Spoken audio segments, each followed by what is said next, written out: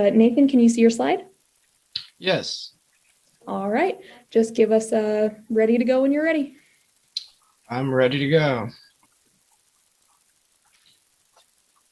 I founded Mighty Pipeline because I believe that our generation will be forever judged on how quickly and economically we can deploy zero carbon energy resources at scale.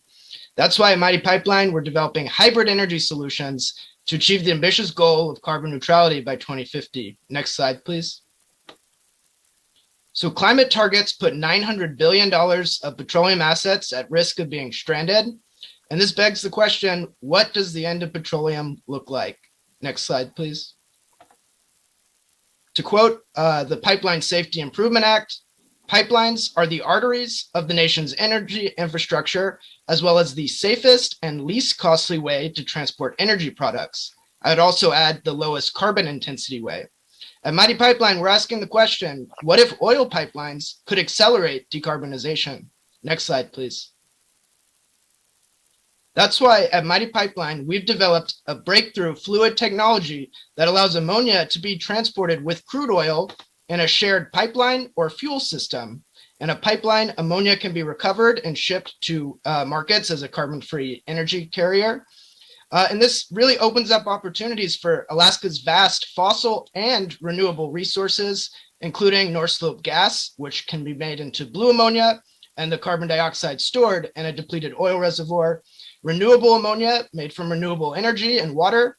And this could include large hydro projects, which haven't been developed due to a lack of local markets, or even community-based energy projects, giving them the option to export their excess renewable energy as a liquid fuel. Next slide, please. So why ammonia? Hydrogen and ammonia can be produced renewably from electricity, air, and water. There's a lot of potential for the hydrogen molecule to decarbonize transportation and industrial sectors, but there are serious concerns whether hydrogen transmission and storage infrastructure can be cost effectively deployed in many regions of the world. For this reason, there's been growing momentum behind ammonia as a decentralized energy carrier because it is hydrogen dense, it's liquid on a cold Fairbanks winter day, its infrastructure barriers are moderate, it can be stored in a bottle like propane, and as a hydrogen carrier, liquid ammonia contains more hydrogen per volume than liquid hydrogen. Next slide, please. Our vision is to reconfigure TAPS to ammonia service early 2030s to meet announced demand for clean ammonia and marine transportation and power generation. And this will enable the progressive diversification of energy exports, as well as protecting against price volatility. On the current trajectory, oil productivity is declining, and TAPS may be uneconomical to operate within the coming decade. Our cold pipeline and fuel technology opens the door to a diverse energy mix, including blue ammonia, more propane sales than were possible in the old configuration. It's amenable to enhanced oil recovery, and most importantly, it sets the stage for a green wave as soon as electrolyzer costs are competitive. Next slide, please. What we've developed is Mighty Solution, a partially decarbonized fuel oil manufactured with technology inspired by the consumer product industry. So think shampoo, lotion, peanut butter. The problem we've addressed is that ammonia and crude oil are not compatible, but we've developed a low-cost, high-throughput method for manufacturing the world's first stable oil fuel emulsion.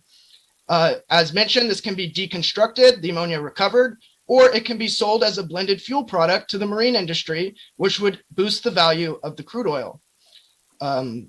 Next slide, please.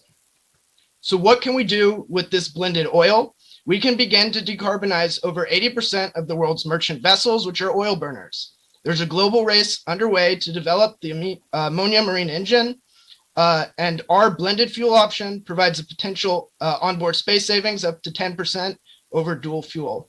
It's also attractive to low-income countries, which cannot justify the capital barriers to LNG.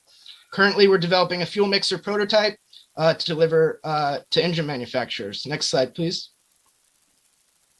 The team includes myself, a hard tech innovator, Hazika Colland, community leader and entrepreneur, Zach Schmidt, software account manager, Kellen Megque, software megamind, former BP executive, a Gates-backed hydrogen technologist, a former cabinet-level Japanese government official, and we're currently working with Pacific Northwest National Lab and has been featured in Fortune magazine as well as Alaska BizMag next month.